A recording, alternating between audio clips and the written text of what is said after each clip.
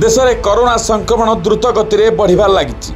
सोमवार सकाळ सुधा देश में सक्रिय कोरोना आक्रांतों संख्या 3961 रे पहुंची जाइछि। देशर राजधानी दिल्ली में गोटे दिन में सर्वाधिक 47 जन नुआ आक्रांत होगा समस्त चिंता बढ़ाई देछि।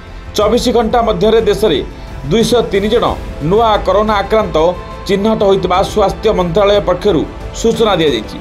स्वास्थ्य मंत्रालय कहिछि संक्रमण बढ़िबा बेले राजधानी दिल्ली में कोरोना जोगु जनकर जीवन मध्य जाइछि। याकु मिसाई दिल्ली में कोरोना जनित मृत्यु संख्या चलित लहर रे 4 रे पहुंची जाइछि। सेहीपरि राजधानी रे मोट संक्रमित संख्या 483 छुईछि। वर्तमान सुधा केरल कोरोना द्वारा सबुठारु अधिक प्रभावित होइछि।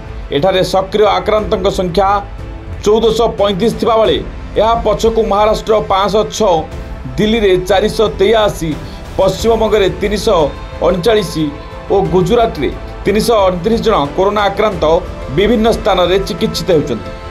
दिल्ली व्यतीत गत 24 घंटे केरल, तमिलनाडु, महाराष्ट्र में जड़े लेखाएं कोरोना आक्रांत मृत्यु होइछि। दिल्ली में प्राण हराई 22 वर्षीय महिला जनक पूर्वर फुसफुस जनित संक्रमण में पीड़ित थिले।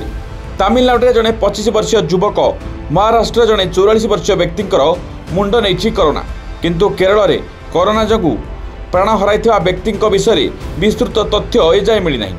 तेबे सरकारी सूचना अनुसार देश में कोरोना स्थिति उपरे वरिष्ठ अधिकारी मानकर नजर रही। संक्रमण गुरुतर स्थिति सृष्टि करूना। अधिकांश लोके घरे संगरोध में रही कोरोना सुस्थ होउछि। एबे चिंता करिवार कौनसी कारण नहीं। आईसीएमआई महानिर्देशक डाक्तर राजीव बाहाल कहते देशर पश्चिम और दक्षिण प्रांतरू चिन्हट होइतिबा कोरोना आक्रांतों नमूना जेनोम सिक्वेन्सिंग करा जाइछि। संक्रमण वृद्धि पछरे ओमिक्रॉन सब भाइरेंट रहितिबा परीक्षा स्पष्ट होइछि, किंतु यह गुरुतर समस्या सृष्टि करुनथिबा से कहचंती।